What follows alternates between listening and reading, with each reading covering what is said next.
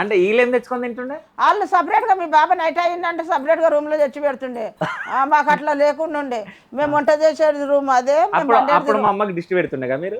దిష్టి ఏం పెట్టకపోతుంటే మేము ఎట్లా కూడా తింటుంది దొంగదంటాను అనుకుంటుంటే నేను. ఏమేమి తింటుండే అప్పుడు మీరు? అప్పుడు ఏమేమి తింటున్నాం, సేపులు కింద చేస్తే సేపులు. అంటే దాచి పెట్టుకుంటుండే? పావు కిలో కూర 15 రూపాయల పావు కిలో కూర నన్ను అడుగు నేను చెప్తా. ఏంది మటనా? 15 రూపాయల పావు కిలో అయినా కానీ మొత్తం దేనికి పైసలు ఇబ్బందితో ఆ 15 రోజులకు ఒకసారి 2 ముక్కలు ఇంత షారు వస్తే తిన్నాం నాయన మేము. ఇక మీ బాబాకి ఏం చేస్తున్నాం తలాంచి ఇంత అందులో దొంగ చేష్టాలు బాగా చేసింది ఆయన సత్యసారిగానే ఉంది. కానీ మేము ఆమె కాలు కాడుకోతాం.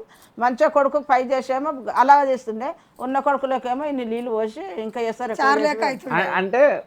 అంటే బాబా నొక్కైనా మంచిగా చూసుకుంటాం. ఎందుకు? ఎందుకో మరి ఆమెకి ఏమనిపించిందో అట్లా. ఆ కొడుకునే ప్రేమతో చచ్చిందాకా ప్రేమతో చూసుకుంది. ఓకే. నీ కళ్ళకి ఇస్తున్నా మరి? కొంచెం మంది ఉంచుతున్నా నాకు నేను తిండికి. కాదు, బాబా నీకోసం ఏమేమి తెస్తుండే? స్వీట్లు, పండ్లు అవన్నీ దాపెట్టుకుంటుండే నన్ను. మరి వీళ్ళేనా చేస్తారు? మీ పెద్దమ్మ మీ చిన్నమ్మ గిన మంచిగా అవి మిర్చీలు పొరిచీలు ఉంటుండే కదా ఇంట్లో, నాయనమ్మ చేస్తుండే. అవన్నీ దొంగతనంగా ముగ్గురం వాళ్ళకి దాచిపెట్టి కూడా ముగ్గురం తిందుము. ఒకనాడు నేనైతే నేను చెప్తా, మీ అమ్మ చెప్పేది రాంగ్, ఇది టీవీలో అయినా కరెక్ట్ రావాలి. చెప్పు. మేము వండేది అదే ఇండ్లు, ఆమె బజ్జీలు చేసేది ఇట్లా, మేము వండేది ఇట్లా. ఆన పడితే ఇట్లా గుంతలు కొట్టుకుంటుంటే గొడపంటి నీళ్ళు దిగుతుంటే ఇట్లా కాలువ లేక చేసుకుంటుంటే ఇంకొడి వన్లతో కొట్టుకొని అందులోనే అంతుంటిమి.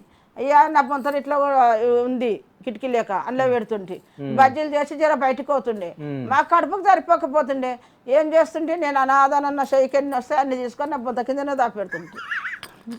అప్పుడు ఆకులలో చేస్తుండే, గింత ఆకులలో చేస్తుండే. ఇక చేస్తే తిడుతుంది అంటే ఇంకో పెద్దమ్మ చెప్తుండే. తిట్టినా సరే చూస్తారు ఎన్ని చేసుకుందా లెక్క పెట్టుకుందామని నేను అంటుంటే. ఏం చేస్తుండే, ఆమె వచ్చి గంప చూడంగానే అందులో తక్కువగానే వస్తుండే. మాయం చేసిన ఇవి అంటే అని చెడుతుండే. అంటే చూసుకోపో ఎవరు తిన్నారు, మేము తిన్నామా, నువ్వు ఇస్తేనే ఒక్కొక్క బజ్జే తిన్నామా అంటుంటే. నీ బొంతలు దులపాలంటే దులుపుకోపోతే నా బొంతల కానీ కంపల్సరీ పడ్డాయి. కాదు అంటే నువ్వు బొంత కింద దాపెట్టు, నా బొంత ఇట్లా పడ్డాయి. ఇక దొంగ దొరికి దొంగతనం చేసింది నేనే చేస్తుంటే.